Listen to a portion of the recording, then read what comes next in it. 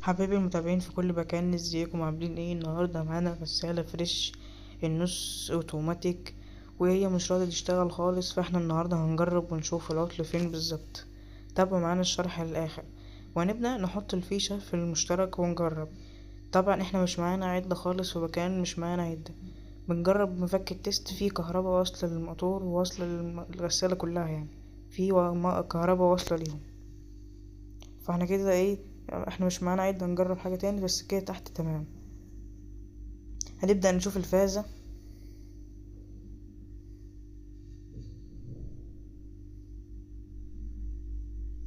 زي ما انتم شايفين الفازة ما فيهاش حاجة، يعني مش محروقة ما فيهاش حاجة، شغالة تمام.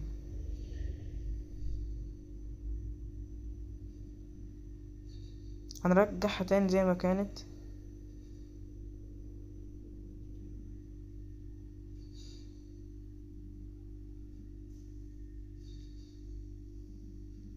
هنرجعها زي ما انتم شايفين، وهنبدأ نقفل البيت بتاعها.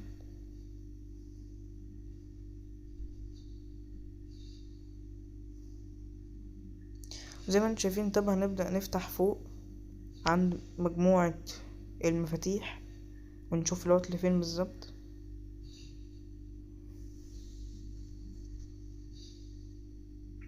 هنفك الاربع مسامير من الجناب ومن ورا. هنفكهم زي ما انتم شايفين كده معانا بالظبط.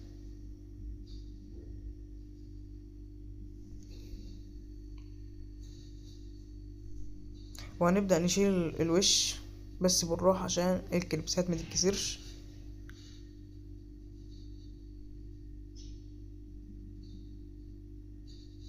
وزي ما انتم شايفين معانا اتفكت تمام.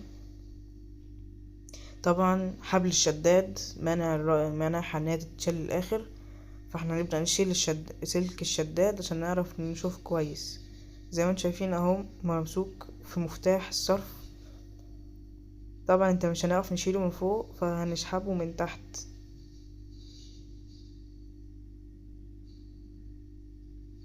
زي ما انتم شايفين مش راضي يتخلق، فاحنا هنشيله من تحت زي ما انتم شايفين كده. هنبدأ نشيله كده، نقدر نبص براحتنا من غير اي عوائق. ونبدأ نسحب الخرطوم ده، لكن ده ما بيتشالش، فمش بالراحة عليه عشان ما يتقطعش. زي ما انتم شايفين معانا دي المفاتيح بتاعتنا، بس ما فيش اي سلوك متقطع ولا في اي مشكلة هنا خالص. زي ما انتم شايفين معانا ما فيش اي مشكلة ولا اي سلك مقطوع ولا اي سلك متشال. زي ما انتم شايفين معانا بالظبط كده.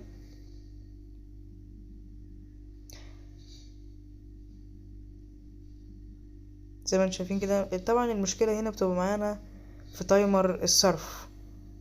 تايمر الصرف انتوا طبعا هتشوفوا دلوقتي كل حاجة. زي هنحط فيه الكهرباء.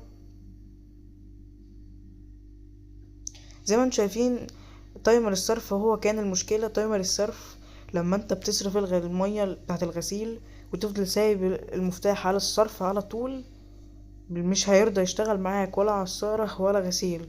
فلما ترجع مفتاح الصرف على وضع الفصل هتشتغل معاك الاتنين تمام كويسين. ديت مشكلة بسيطة، لكن انت ممكن تحتار فيها لو اول مرة.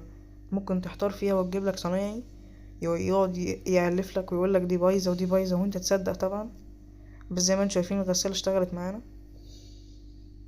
ده كده على وضع الفصل شغالة. زي ما انتم شايفين معانا طبعا كده الغسالة اشتغلت والعصارة اشتغلت.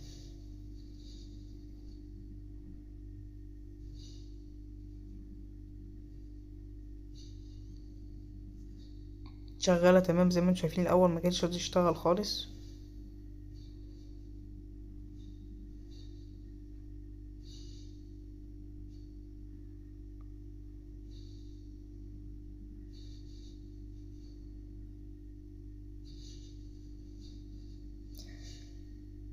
ولو الفيديو عجبك ما تنساش تدعمنا بلايك وشير وريت تدعمنا بلايك، لان اللايك بيفرق معانا جدا وبيخلي غيرك يشوف الفيديو. وزي ما انتم شايفين كده هنبدأ نقفل ونربط المسامير بتاعت الجناب ومن ورا زي ما انتم شايفين كده معانا.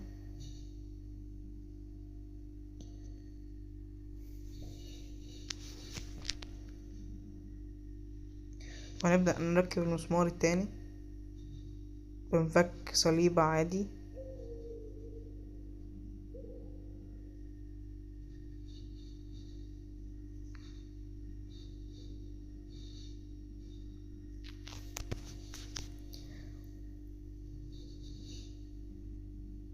وانا اسف على تأخير تنزيل الفيديوهات لان في ضغوطات كتير عليا، معلش انا متأسف جدا. هحاول على قد ما اقدر انزل لكم فيديوهات كويسة. واللي عنده مشكلة في غسالته بوتاجازه في اي جهاز عنده في البيت ياريت يكتبلي في التعليقات ويقول لي ايه المشكلة وانا اعمل له فيديو مخصوص للعطل بتاعه ده. وزي ما انتم شايفين هنبدأ نقفل الاسلاك تحت ونلف عليها لزق.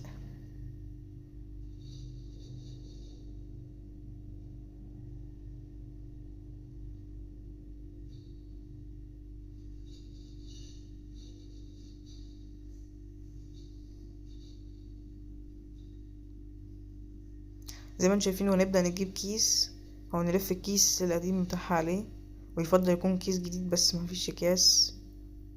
هنلف الكيس كده كويس ونلف باللزق عشان لو المية نزلت متأثرش على التوصيلات.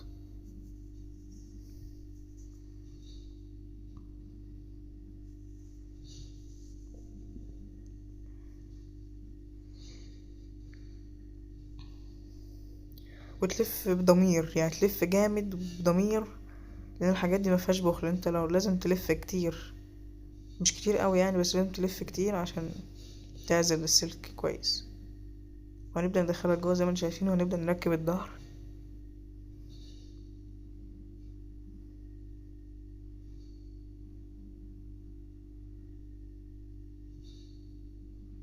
وهنبدأ نعمل الكليبسات كويس عشان تستريح في مكانها وما تتخلعش تاني. ولو انت ولغاية دلوقتي لسه بتتفرج على الفيديو يبقى الفيديو عجبك بقى، ما تنساش الاشتراك واللايك وتكتب كومنت حلو زيك كده. واهم حاجة اللايك لان اللايك بيفرق معايا جدا وبيخلي الفيديو ينتشر. ادعمنا باللايك، اهم حاجة اللايك. واشوفكم على خير، سلام.